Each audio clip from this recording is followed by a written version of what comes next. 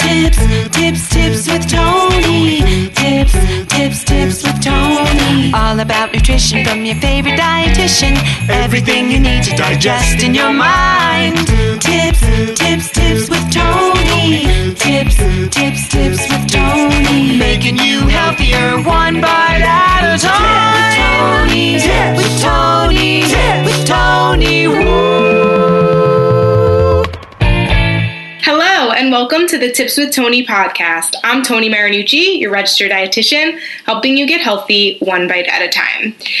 So I wish I was chatting with you guys under better circumstances, but unfortunately it's looking like we, majority worldwide, are going to be stuck in quarantine for, I would say, at least a month.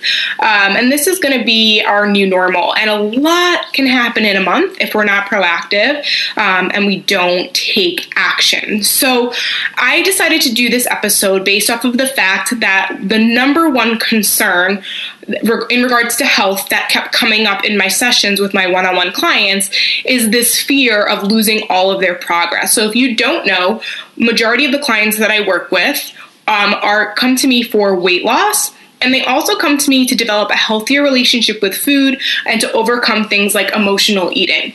So their fear of potentially losing their progress and gaining weight as a result of decreased physical activity and being more tempted and being in the house and having more food available and on hand, in the sense of it's not like you're on a structured schedule and routine and you're not, out and about. You're less likely to overeat. So this fear that they have is not wrong, especially because most of my clients also come from a history of extreme diets with that all or nothing mindset. And this can feel really familiar of that off time. But I reminded them that in our work together, we've done a lot to help them develop a healthier mindset, to develop that healthy relationship with food. They have the weekly check-in calls with me. They have the group support. They have the accountability with the Healthy app that we utilize for the program. So they're confident. After one conversation, they know that because we come up with a plan for them to follow each week that's individualized to their needs, that this fear that they have, although it makes sense and it's from their past, it's not going to happen. Not under my care, not under my watch. But I also know that not everybody is in my one-on-one program and are probably feeling the same exact fear, this fear of gaining weight. We hear the freshman 15 when you go to college, when you're in a new environment, when you have a lot of social pressures. So in this situation, it's a little different, right? We have the social distancing, so we don't have social pressures. But if you're someone who struggles with emotional eating, it's a very, very stressful time. And when we're alone, being alone can be interpreted as boredom, as loneliness, as just something to do, and we turn to food. And you couple that with not being as physically active because we're limited on, we can't go to gyms. We can only really walk outside. Our space might be limited, although we can do some pretty effective home workouts. Unless you are super intentional, it is true that weight gain is inevitable. But I don't want you to succumb to those circumstances. So what I said to my clients and what I hope that you can see here is that you now have two choices. Number one, you can kind of give up and give into the circumstance. You can give into this belief that progress is not possible during this time. Or you can take a look at the situation and do your absolute best to at least manage it. And if anything, worst case scenario, say you maintain your weight, you develop a healthier relationship with food, you maintain balance, and worst case scenario is you come out of this the same weight. I'd rather that than striving to being so afraid that you think that it's impossible that you're able to keep your progress or lose more weight, and so therefore you just kind of give up, wash your hands of it, and now come out of this situation that we will come out of. Trust me when I tell you we will come out of this, and you're now up 15, 20 pounds, and now you have to work extra hard to get it off, because we all know how difficult it is to lose weight, but it's super easy to pack it on. All right, guys. So with that being said, there are many ways to avoid weight gain during the quarantine, but I decided to come up with 5 of them because I think within these 5 tips, you can find other strategies inside. Okay. So the first thing that we've come up with, what I come up with my clients, and each one that I work with has a very different strategy, and we implement something different based off of their personal needs. But one thing that's pretty universal is I have them track their intake. Now, the way they track is unique to them, but tracking your intake helps bring awareness of your food choices. It forces you to slow down, to pause, to think, and to really make sure that you're intentional about your meals. It also allows you to go back and look and see, why was I so hungry today? Or why did I overeat? Or maybe I didn't get in enough fruits and vegetables, or maybe my fiber was low, or my protein was low. Being able to take a look and go back is always important feedback, right? It's always going to be beneficial because we could always look back, make edits, and improve going forward. So the way in which you track can be unique to you. A lot of my clients, my program comes with an app where they can take photos of their food. So most of them really like that method because it doesn't require too much effort, too much thinking. They just have to take a photo of their food, upload it into the app, and then I can look at it, they look at it later, and then we can see, we can notice, there wasn't a lot of color there, like fruits and vegetables, or that portion looked a little small, or that portion looked a little large. So that can be really beneficial. Some other of my clients like to utilize more advanced apps like MyFitnessPal, and I give them specifics, carbs, proteins, and fats to follow. They enjoy that concept. And then others really just like the plain old pen and paper, just writing it down, or they actually message me the day before. They'll message me what they plan on eating the next day. That can be really beneficial. So the way you track doesn't actually matter in the sense that you can argue that maybe one way is better than the other, but realistically, the best way is always the one that you can stick to. Hello, I'm interrupting this podcast episode for a brief announcement and special offer just for you. Did you know that April is IBS Awareness Month? Well, if you're someone who struggles with IBS, then listen up because I have a special offer just for you. Holygos IBS Restore has been clinically proven to help nutritionally manage the symptoms of all types of irritable bowel syndrome, including constipation, diarrhea, and a mixture of both. Many who use this medical food have experienced relief in symptoms such as less bloating, less diarrhea, less constipation, and more normal bowel movements. 48% of users reported an improved overall quality of life, including an increase in energy, decrease in irritability, and just an overall better mood. It comes in a powdered form, so you can put it in your water, in your smoothie in the morning, or even your hot or cold cereal. It doesn't have any flavor or coloring, so you won't even notice that it's there, other than beginning to feel symptom relief after adding it to your daily routine for a certain period of time. It doesn't contain gluten, preservatives, GMOs, or soy, and it's free from artificial flavorings, sweeteners, and colorings. This is not like your typical probiotic.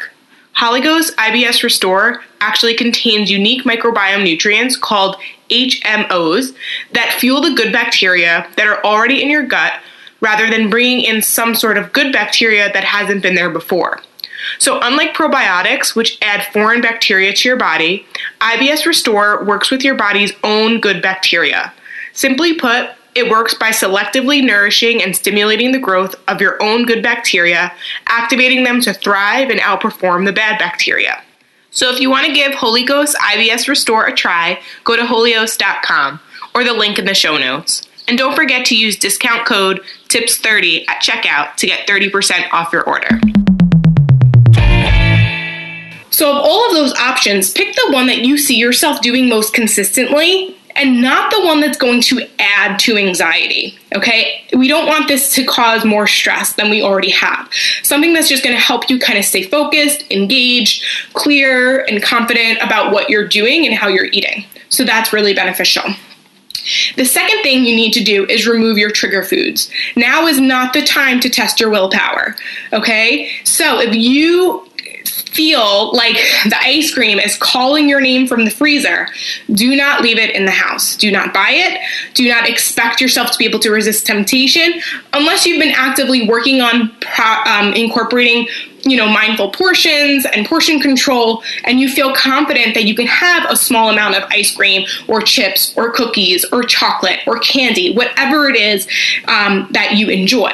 But if you know that one handful of nuts leads to the whole bag of nuts, or one spoonful of peanut butter leads to the whole jar of peanut butter, or a little bit of cereal leads to the whole box of cereal, don't buy those foods. Now is not the time. When this is all over with, if you want to practice learning how to incorporate that in small ways, then I would say that's a different story. But right now, it is not the time. Don't even try. If you have kids in the house or family members in the house that tend to like the same foods as you, put them way up high, way back somewhere. Don't make them visible to the eye, and if possible, getting an alternative. I brought this up before, but for example, I do not like sherbet. I think it's gross. So if sherbet was in my freezer, it could stay there for years and I would never think about it. But if ice cream's in my freezer, I might think about it a little bit more if that was my trigger food. So that's a really good example. Okay, number 3. This is a very, very, very effective tip. I want you to write out your schedule for the next day, the day before, or the night before. And this is really important for those who are now working from home, or maybe you're not working, maybe you were going to school, maybe you're off from school, maybe your schedule's decreased. We all definitely have a lot more time.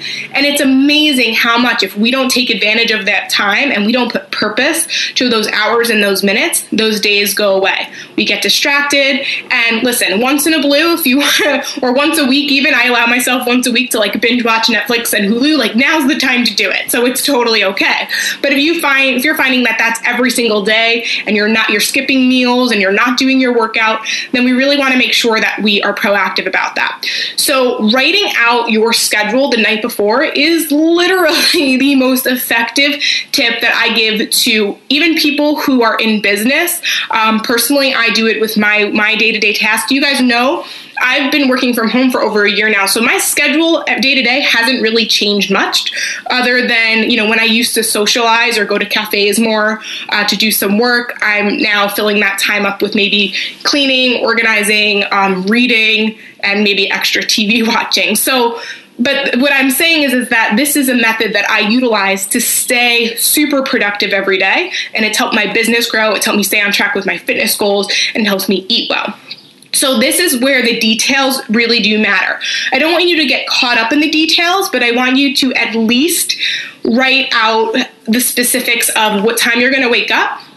If you have a morning routine, meditation, journaling, stuff like that, what time you're going to eat breakfast, the time you're going to eat lunch, the time you're going to eat dinner, what time are you going to have snacks, what time are you going to get movement in. Commit to at least an hour of movement a day. You can do 30 minutes in the morning, 30 minutes in the afternoon, or you can just get a full chunk and do 1 full hour each day. But movement is going to be really, really, really important during this time because we are more sedentary than usual. Okay, so listen, success is in the details. So if you could even within that, instead of just saying what time you're going to have breakfast, what time you're going to exercise, what time you're going to go to sleep, also put what you're going to eat, what you're going to drink, maybe make a little checkbox or something for you.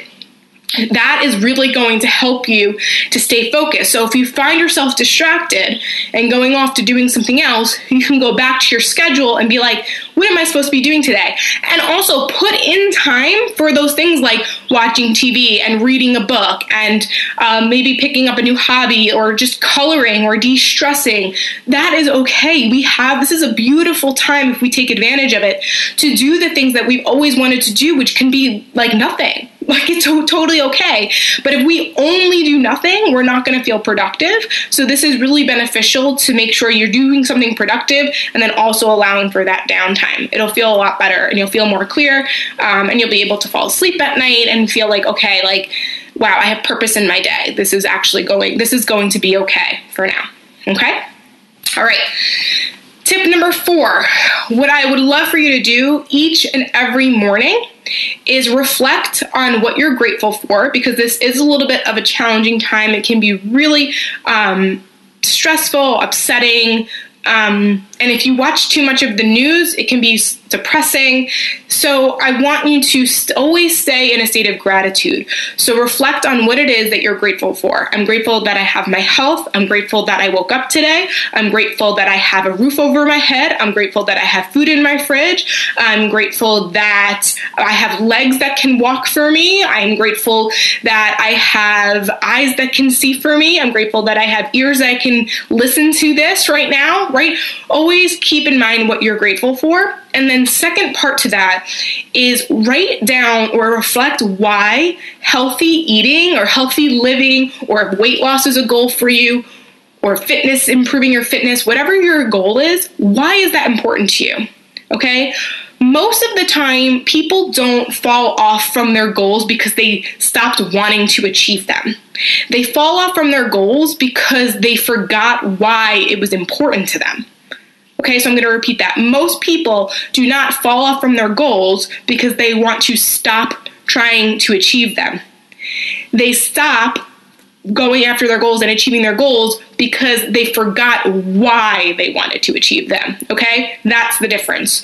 So if you remind yourself why you want this, that alone will, if you start your day that way, it'll motivate you, it'll help you take action towards doing what it is that you need to do to be successful.